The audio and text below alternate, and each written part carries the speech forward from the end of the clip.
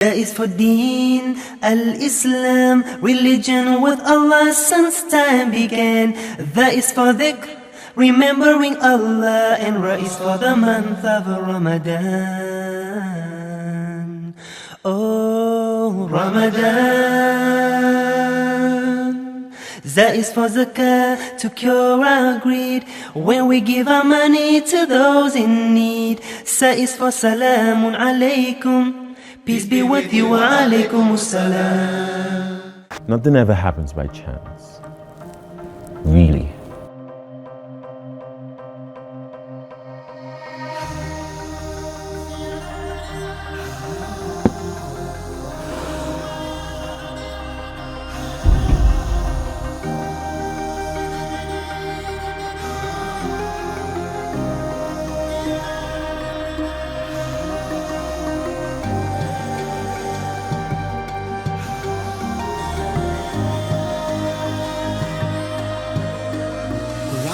Now,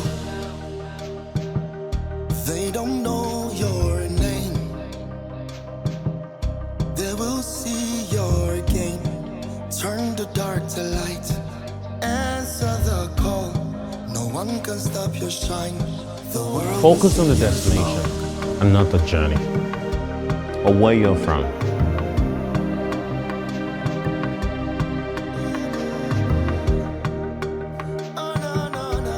Never ever settle.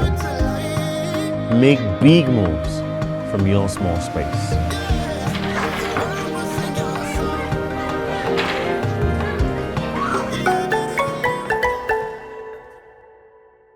Assalamu alaikum wa rahmatullahi wa barakatuh. You're welcome to our early dawn telecast, sponsored by the Zakat and Sadaqat Foundation.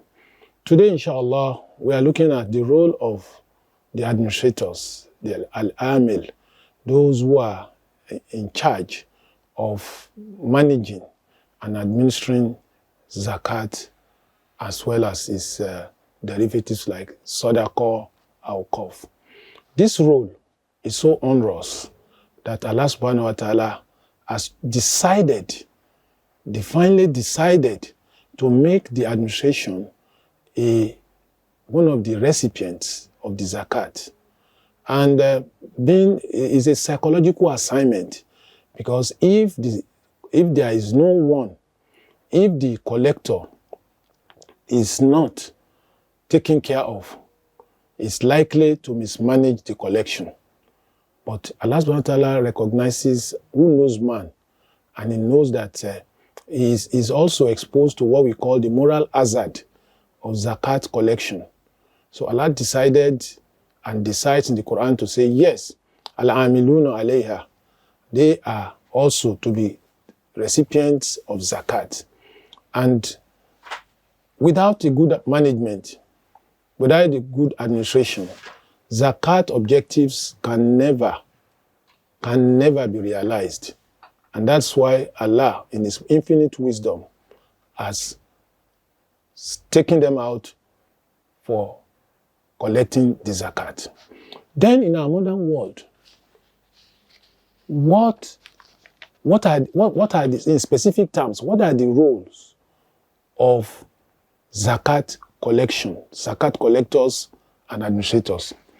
Now, they are to collect the zakat by issuing out criteria for collection and providing the logistics for collection to ensure that eligible Muslims fulfilled their zakat obligations by accurately assessing their assets and their wealth.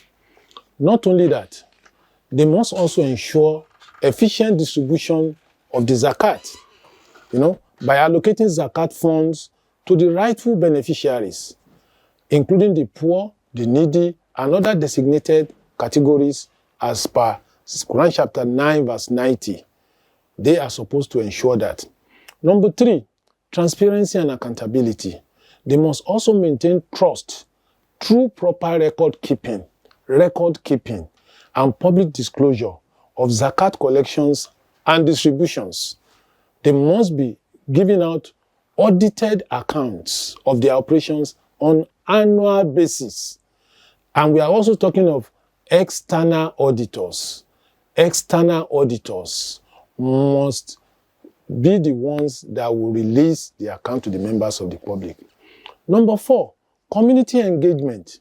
It is the work of the Zakat collectors, administrators, to ensure that they educate the public on the importance of Zakat and encouraging participation in charitable activities. They are the ones to organize public workshops, town hall meetings, to ensure that members of the community are carried along their operations, their activities, their projects, so that those people can feel that, yes, these are NGOs that are championing the cause of societal well-being. Then also, capacity building and empowerment. They must utilize Zakat funds for sustainable initiatives such as vocational training, microfinance, and healthcare programs, capacity building programs. They must do this so that Zakat can be judiciously utilized for the betterment of members of society. There's these collectors, the Amilino Aleha, they are also critical stakeholder when it comes to social welfare.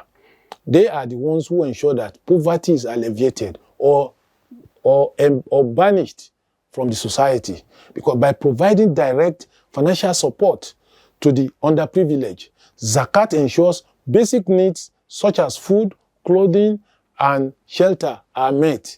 This is their work. This is the social welfare program of Al-Amiluna Aliyah. Also, healthcare support. Part of the programs is healthcare support. Zakat funds can be used to cover medical expenses, ensuring access to essential healthcare services for the less privileged. They do this. Also, they also embark on education and skill development. The funds, they give scholarships, educational institutions, and skill acquisition programs to empower communities for long-term development. Then they also come handy during emergency times by providing emergency relief to people. The AMIL, the administrator, they must distribute Zakat during natural disasters, conflicts, pandemics, to offer immediate relief to affected populations. Then, community development. The role of the Amiluna Aliyah is community development. They must support entrepreneurship and employment generation by providing microfinance and business grants to small-scale enterprises, so that it can foster economic growth and job creation in the society. They also support during infrastructural development projects. Zakat funds contribute to building schools, hospitals, water supply systems, and other essential infrastructures in the society. Zakat can be used to provide all this. They also ensure social harmony and inclusivity. Effective Zakat distribution reduces wealth disparities and promotes a sense of duty and unity and cooperation among different social classes. This is the work of Al-Amiluna Aliyah. The Al-Amiluna Aliyah too is also an agent of sustainability and economic growth. They carry out long-term investment of Zakat funds in productive assets, helps to communities achieve self-sufficiency and economic resilience. But they also face some challenges. However, some of these challenges may include lack of awareness. Many Muslims are unaware of their Zakat obligations or the impact of Zakat on the society. They are not aware. It's a challenge. Then mismanagement and corruption. Some unscrupulous individuals they also abuse the name of Al-Amiluna Aliyah through inefficient administration and lack of transparency, which can undermine the effectiveness of Zakat distribution. Then there is also the inconsistent regulatory frameworks.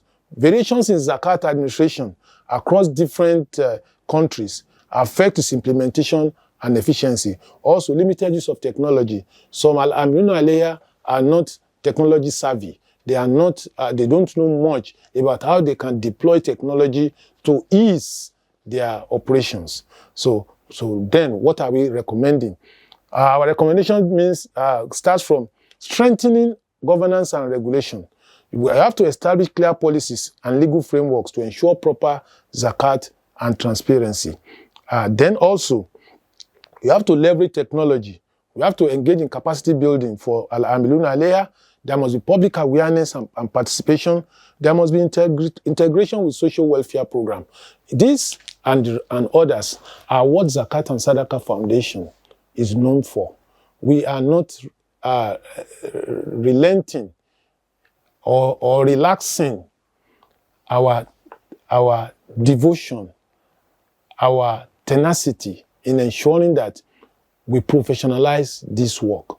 And because we professionalize this work, it has assisted us to carry out many charitable projects in different jurisdictions across the Federation of Nigeria. And that is why we are always calling on our viewers, our well-wishers, to continue to spread this message of Zakat and Sadaqat Foundation as we continue to bridge the gap between those who have and those who don't have. So, make it a point of duty. When next you want to pay your Zakat, Zakat and Sadaqat Foundation is the right place to go so that you can see what we are doing. We are very transparent. We are very transparent. And we are very intentional about it. And that's why we call you on to continue to patronize Zakat and Sadaqat Foundation. The next time when we hope to come your way again, Assalamu alaikum wa rahmatullahi wa barakatuh. آمنت بالله وملائكته وكتبه ورسله واليوم الآخر والقدر خيره وشره من الله والبعث بعد الموت لا إله إلا الله آمنت بالله وملائكته وكتبه ورسله واليوم